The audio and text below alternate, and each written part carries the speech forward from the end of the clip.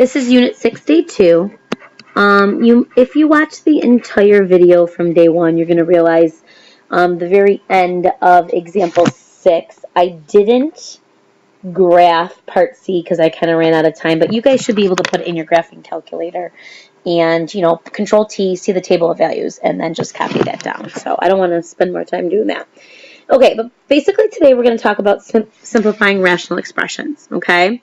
So the first thing I kind of teach you guys is, in the math world, we talk about if something is single versus if something is in a marriage, okay? Or if it's married, okay? So if it is single, single in the math world means you're a monomial, okay?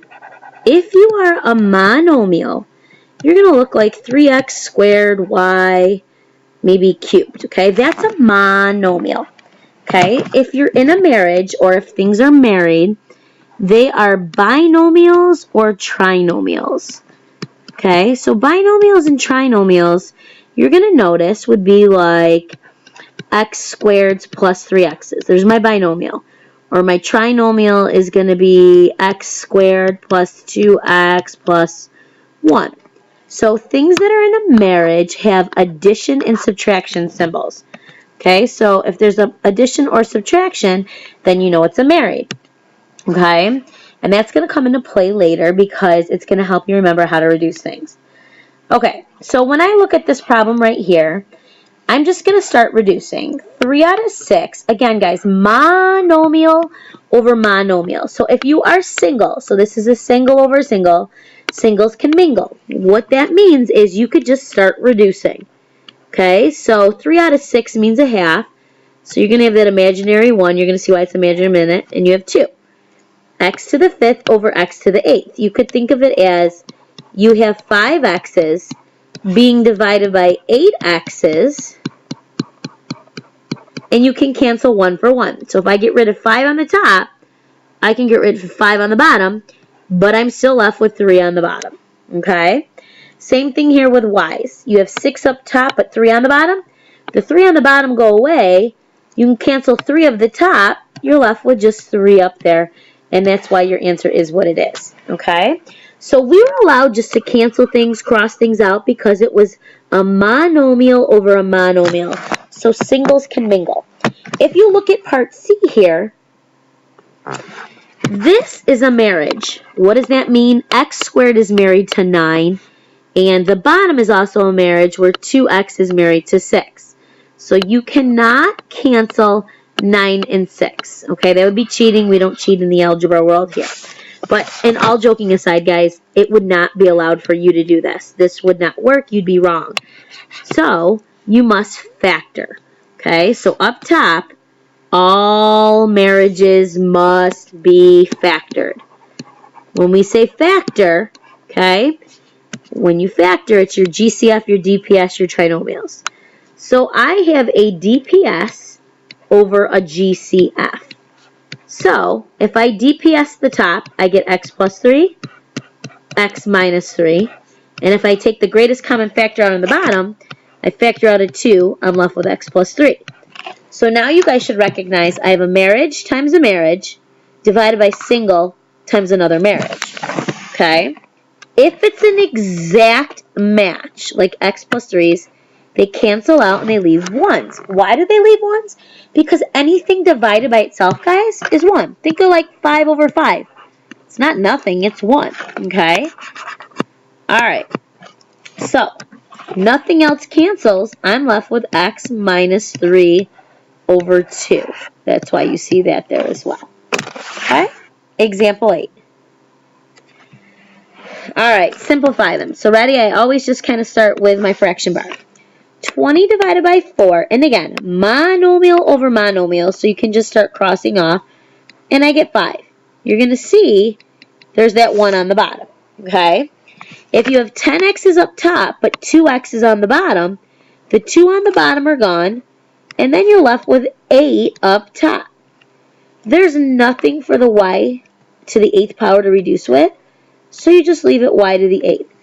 So, yes, it's over the imaginary 1, but you don't have to put anything over 1, so that is really just 5x to the 8th y to the 8th. Okay, you're not wrong if you put it over 1. You won't really see it over 1, though, as a choice. All right, part B. Again, start with your fraction bar. 7 out of 21 is 1/3. Okay? 3x is on top, 5 on the bottom. You're left with 2 on the bottom. The 3 on the top are gone. Get rid of 3 out of the 5. You're left with 2. You have 1y. Okay, that power is 1 up there. And you have 8 on the bottom. You get rid of the 1 on the top. 1 from the bottom, you have 7. Now, guys, look. There's nothing left up top because you got rid of all those. You need to leave the 1 up top. So when a 1's on the bottom, we don't need it. But when it's on the top, you do need it. So if I kind of move that over, you have 1 over 3x squared y to the 7th. Example 9. Okay, same thing. You're doing this here. So 10 out of 15, I put that in my calculator. You divide them both by 5, and you're going to get 2/3. Okay? So I know 3 halves are gone. I can get rid of choices 2 and 4. 6x is on the top, 2 on the bottom. You get rid of the 2 on the bottom, you're left with 4 on top. 3y is on the top, 6 on the bottom. You get rid of the 3 on the top, you're left with 3 on the bottom. So my answer is 2x to the 4th all over 3y cubed, choice 3. Okay? Now, example 10.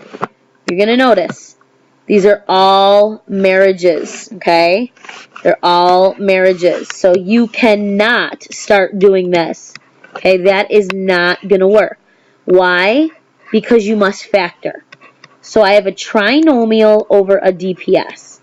So here's my fraction bar. I have to factor the trinomial. I have to factor the DPS. DPS is usually the ones you guys are better at. So there's x plus 2x minus 2. All right, in my head I'm going to say what two numbers multiply together to give me a negative 14, but would add to a positive 5. It's going to be x plus 7 and x minus 2. Matching marriages cancel, leave behind 1s. So my answer here is just going to be x plus 7 over x plus 2. Okay, now a lot of you are going to see these x's here, and you're going to want to cancel those, okay? You cannot do that because x is married to 7. This x is married to 2. Therefore, you can't just do that and tell me my answer is 7 over 2. Okay, so please make sure you realize this is your answer. You cannot cancel those. Why? They're married. Okay, part B. I have a DPS over a GCF.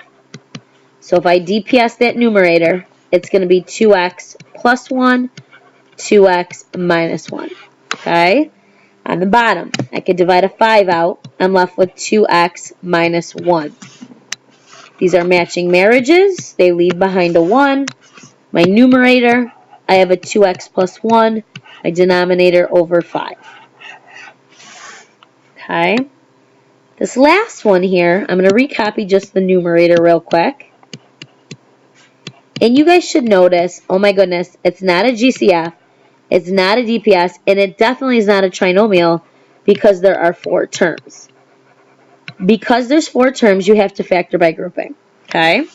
So, remember, I have to GCF the left side, GCF the right side.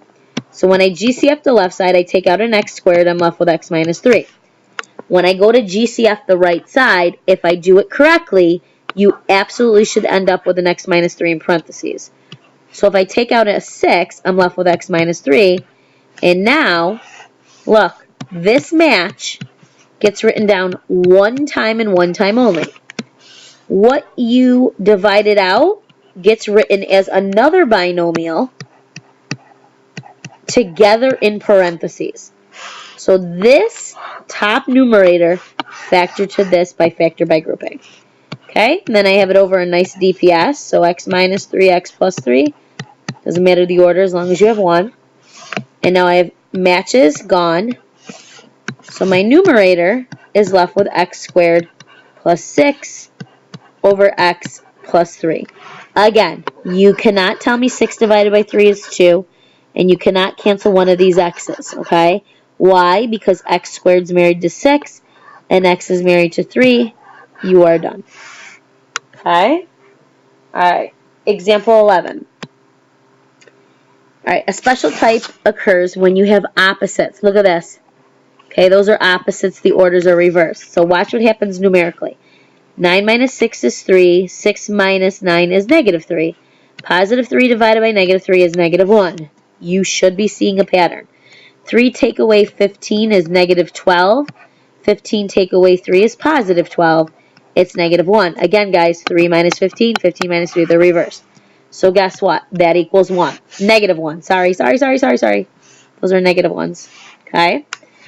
All right, so some things to point out. If you see an x minus 3 divided by a 3 minus x, again, just reversing them, they're opposites.